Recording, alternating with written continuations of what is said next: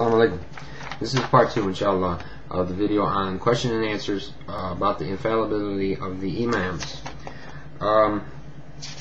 As far as you said, there's I covered the prophets, as far as the imams. Now, the reason why I follow these 12, I've come to the personal understanding, and I feel from my own understanding that these are the right people, number one. Number two, there's authentic hadiths, both in Sunnah and Sunnah Shia hadith, that say that these are the right people. Even Sunnah sheikhs, Sunni sheikhs, scholars on a higher level that are not biased agree with these hadiths. Hassan, Hussein, Ali, all these imams were rightly guided. These were the not perfect, but they were the soundest for judgment, the soundest for teachings. My opinion on the infallibility of the 12s. No. There's different reasons for maybe not the infallibility, but their rank. And they were protected. Allah subhanahu wa ta'ala, and Masum, it means infallible, but at the same time it means protection.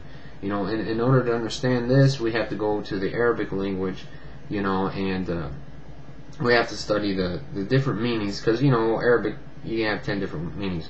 So number one, they were protected. Allah subhanahu wa ta'ala protected these people. They were endowed with, Allah chooses people, and Allah chose these people. And it says in so many different hadiths. Sahih Bukhari has that there will be 12 imams that will come after me, or 12 leaders from the Quraysh that will come after me, and the last one will have the same name as me, which is Muhammad. So, and if you follow these, inshallah, you'll be guided. And Prophet Muhammad said many things about Ali is as to me as Aaron was to Moses. The truth is with Ali, and Ali is with the truth. These are different quotes from the Prophet. There's many different hadiths in when he held these people. And if we want to get into Quranic verses about the proof, Allah subhanahu wa ta'ala says, obey me and the messenger and those who are in authority of you. Chapter 33, and I have purified my Ahl Bayt. And he made him purified. Now, some people may debate with this, and this is a whole different thing, as far as if it was women or not. But in the Arabic, it was a masculine form. We got male and female forms of the Arabic, and this was a masculine, not a female with the wife. And also with the cloak, when Allah subhanahu wa ta'ala, gives the Prophet with the angel in the cloak, and he puts it. I made a video about that. Mubahila, the day of Mubahila, when Allah subhanahu wa ta'ala says, bring my sons, your sons, my children, your children, wives, daughters. And that was with the Christian priest of Narja. And I made a video on that also, inshallah, if you want to check it out. So, these are the different proofs. And then, Hassan and Hussein and Fatima, Ali, these children are coming from these two, who were purified in the Quran, many different verses in the Quran. Inshallah. Extra gifted, they were more knowledgeable. They were more knowledgeable than anyone. No one could match their knowledge. Even with Khalifa Rasidun, the 4 rightly guided Khalifas, these people were, Ali was a reference for everybody. Inshallah. They're pinnacle of guidance. And Prophet Muhammad, he said that he who does not recognize his imam of his time will die in a state of ignorance. And these people were a mercy, a mercy to the ummah, to the world. Also, as far as the infallibility, the Shia people, the followers of the Ahl Bayt, some may not all accept the infallibility. I'm not saying they're not infallible, and I'm not saying they are. What I'm saying is that the opinions differ. This is why it's such a hard thing to challenge, and no one has really grasped it. I had to do a lot of research within the last few days in order to get these answers for you.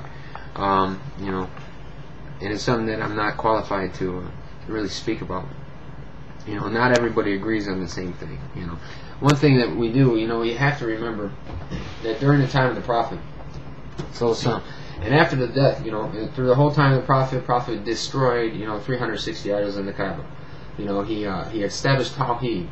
He came with the revelation from Allah subhanahu wa ta'ala, the Quran. You know, and he left these people with these things. You know, and after the Prophet died, you know, people were in chaos. You know, people were in chaos. They say, why didn't Ali? He didn't take the Khalifa. You know, why wasn't he the first Khalifa?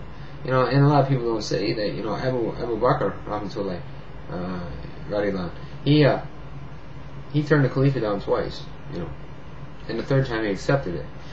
And Ali was in back, and you know, Ghadir Karim, you know, when the day he was nominated as a imam, you know, he already knew that he was rightly appointed as this, and so did almost all the majority of Muslims. But Abu Bakr, he was more favored amongst the people. So I mean, it was a political thing, you know. And in order for the stop the Romans and the Persians from attacking the followers of Islam, they had to come up with a leader, because if they don't have a leader, they're going to get taken out. So, in order to keep the peace, Amir Mu'mineen and Abu Bakr, this is hypothetically speaking, that they had to come to some agreement to where the people would be pleased, they wouldn't go back to idols, and they wouldn't get killed. You know, it was a crucial time in Islam. I mean, their prophet just died, and they were going crazy. So, as far as the first Imam, the first Khalifa, Allahu Alam, you know, we leave these things to judge with Allah subhanahu wa ta'ala. I can't say that this Abu Bakr was, I really can't say anything bad about this guy. Nor can I say anything bad about the rest of the Khalifa. You know, Omar and Uthman. There's some things that said, but you know what? I'm from this studying this, I'm under the opinion that I can't prejudge these Sahaba, you know, or say anything bad about them, because really I wasn't there, and there may have been some things in the history that have been changed. You know, this really has opened my eyes to a lot of things in my own school, inshallah. So with the extremities and back to what I was saying as far as the idol worship, Prophet Muhammad's knocking everything down. Now you got to remember that these people were worshiping idols for 500 years, you know, so they were already accustomed to paying the zakah and all these things to these idols, you know, and they were still in these habits, you know, they were still into drinking and gambling and all these other things. So when the Prophet died, you know, they had this type of pagan custom, you know, Arab custom maybe, I don't know, culture. But they raised the ranks, you know, they raised these people up. Now, granted, you know, the Sunnah say that in Sahaba, you follow one Sahaba, it's like you follow, you know, and you'll be rightly guided. They're like amongst the stars, you know, and they're almost to the point of infallibility. Yani we say in the Shia that the 12 Imams, you know, are infallible, and they raise them. You know, both sides raise their leaders, because I mean they should be good leaders if they're going to guide the people. Almost to past, you know, the prophets and stuff, which is, you know, this is not good. But if that's how people feel, that's how people feel. I might, you know, people might not agree with me on both sides of this, you know. But this is a partial opinion. This is my opinion, you know, that this may be what happened, you know, inshallah. So with that, as far as the infallibility, I gave the proof, or my understanding of raising the ranks, you know, the imamate, you know, different things like that. I could go more into the history, but I'd rather not right now, because I'm trying to keep this, inshallah, to the slower. Okay, and we have to remember one thing, you know, like I said, that Allah subhanahu wa ta'ala chooses whom He wants to be leaders. I mean, we can't change it, you know. That's the main thing. And as far as bid'ah, you know, you say, I